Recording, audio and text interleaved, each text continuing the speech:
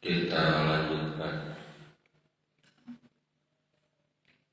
Alhamdulillah wa syukru ala ni'matillah wa asyhadu an la ilaha illallah wa anna Muhammadar Rasulullah amma ba'du.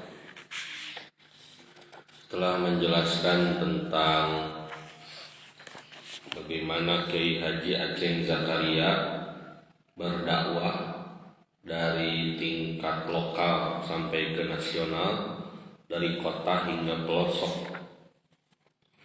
Sekarang kita akan sedikit membahas, dan ini akan panjang, artinya tidak kita tuntaskan satu kali pertemuan, kaitan dengan pengalaman debat, di mana Ustaz Aceng mengatakan bahwa salah satu cara untuk mempertajam ilmu adalah melalui debat.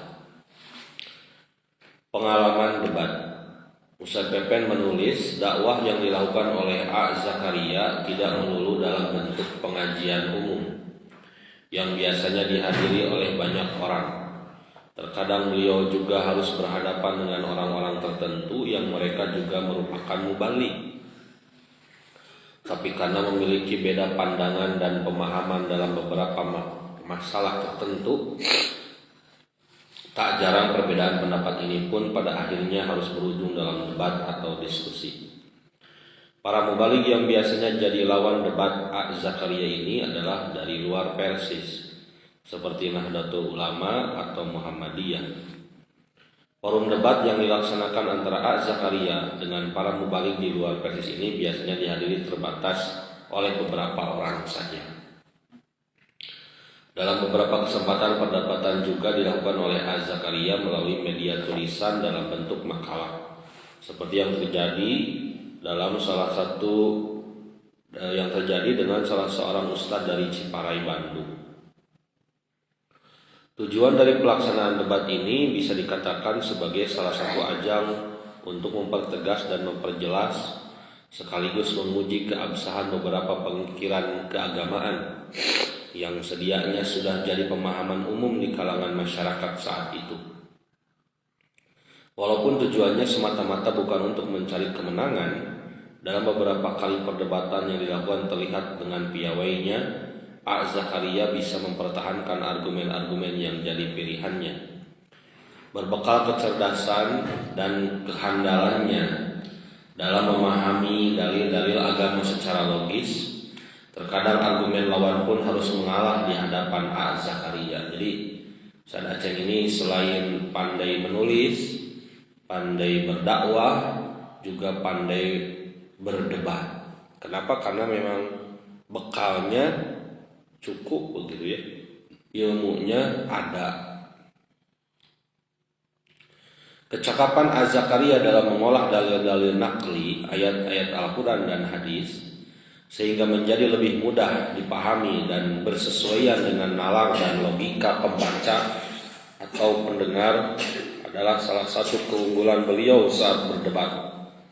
Tak heran jika kemudian dalam beberapa forum debat yang beliau lakoni selalu lebih unggul dibanding lawannya.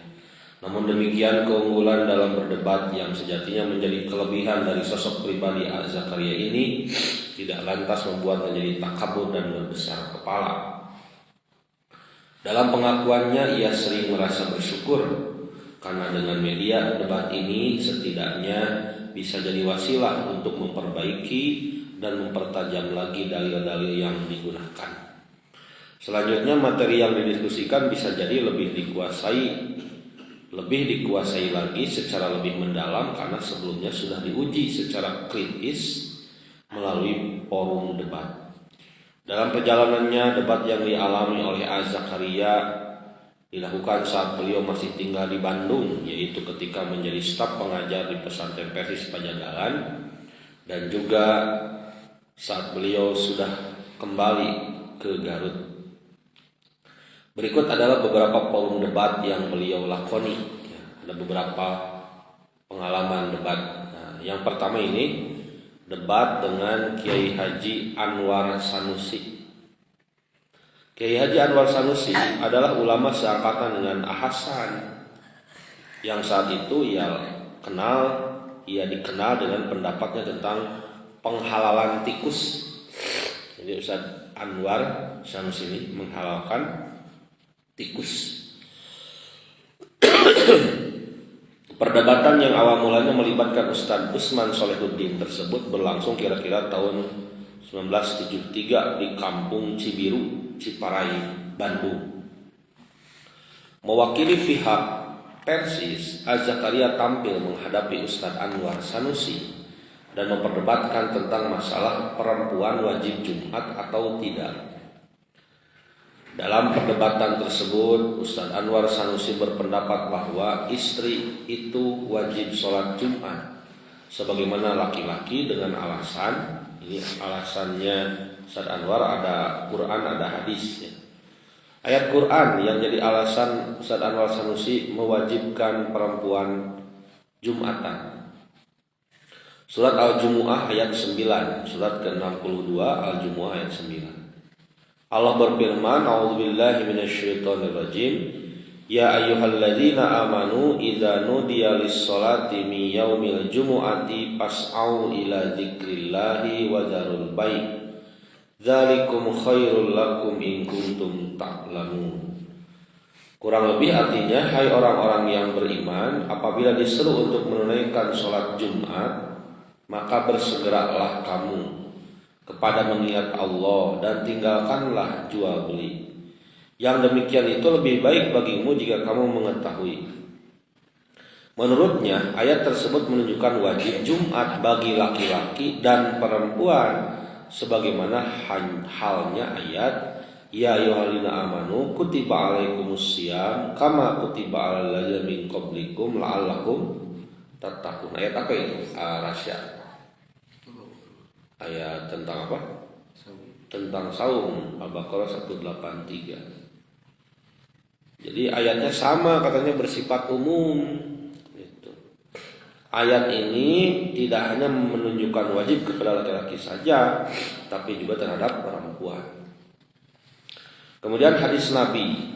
Hadis yang dimaksud oleh Ustaz Anwar Sanusi adalah hadis Thariq bin Syihab yang mengecualikan istri tidak wajib Jumat. Hadisnya dhaif, lemah, karena bertentangan dengan Al-Quran. Ditambah pula rawi yang bernama Huraim adalah seorang rawi yang dhaif.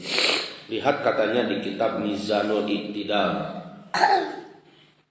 dengan huruf do yang berarti dhaif. Ini pendapat Ustaz Anwar Sanusi. Jadi Ustaz Anwar mah perempuan kayak kudu jumaahan gitu. Habib, apakah benar seperti itu? Jawaban pertama ya, dari Ustaz Aceh. Yang pertama jawabannya ayat Al-Quran dan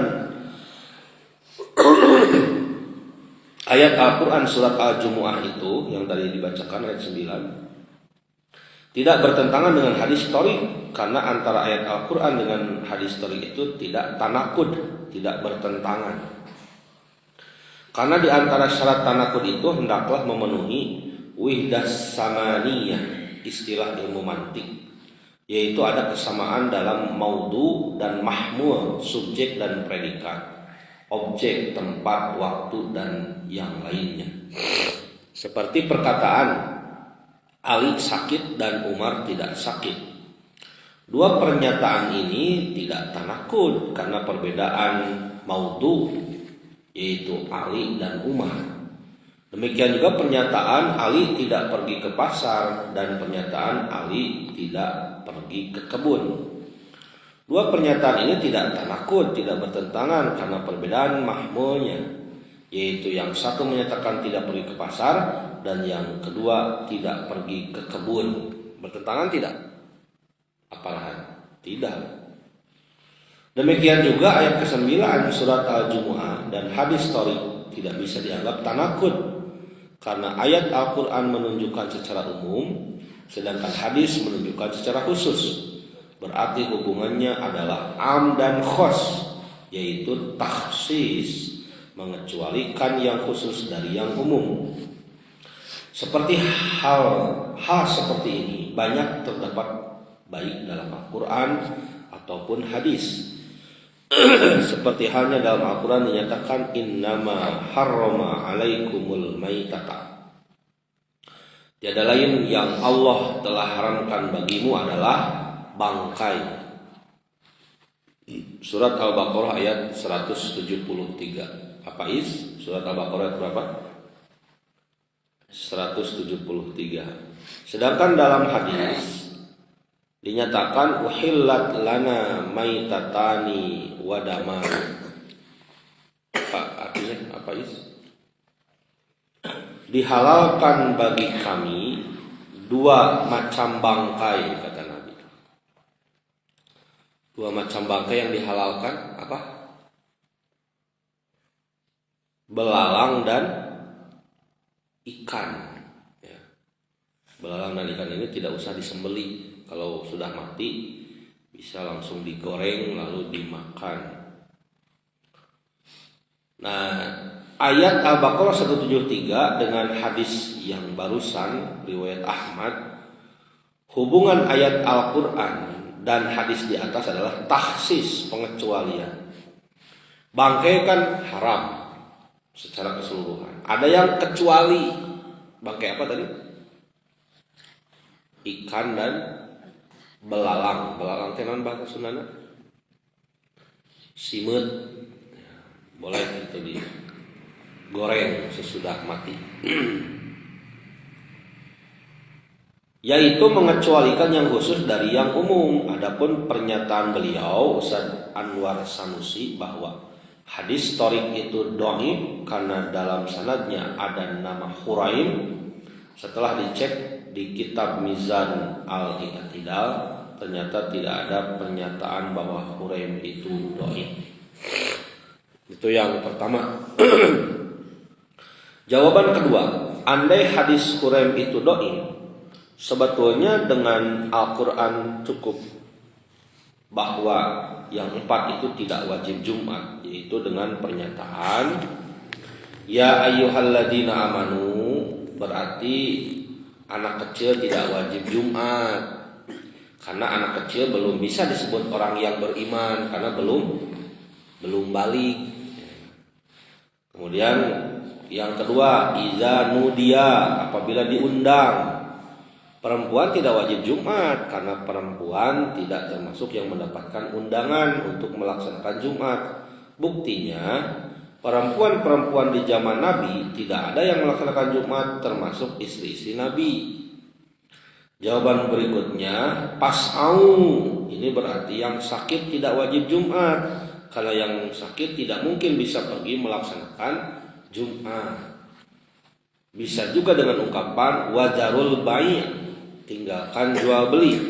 Ini berarti hamba saya tidak wajib Jumat karena hamba saya termasuk barang yang diperdagangkan. Ini cerdas ya Ustaz Aceh. Yang anak kecil, perempuan yang sakit, hamba saya tidak wajib Jumat dengan penggalan-penggalan ayat yang tadi. Kemudian kata Ustaz Aceh, jadi 4 orang yang dikecualikan dalam hadis thorik sebetulnya dalam Al-Quran saja cukup bahwa yang 4 itu tidak wajib Jumat. Demikian jawaban Az-Zakaria dalam menanggapi pendapat Ustaz Anwar Sanusi tentang istri wajib Jumat. Jadi yang tidak wajib Jumat itu siapa saja yang terkena Jumahan kan? 1, anak kecil dengan kalimat ya ayyuhalladzina amanu. Tapi nanti kaitannya anak kecil harus belajar gitu ya, belajar Jumat. Pak Is mulai Jumatan usia berapa?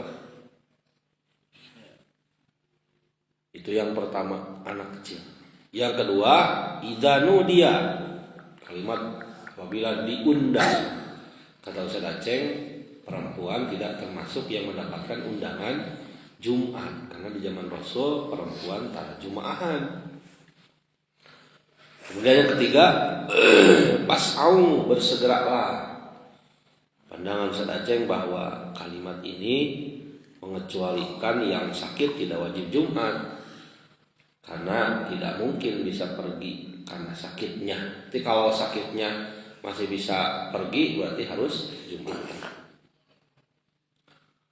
Wajarul bai'.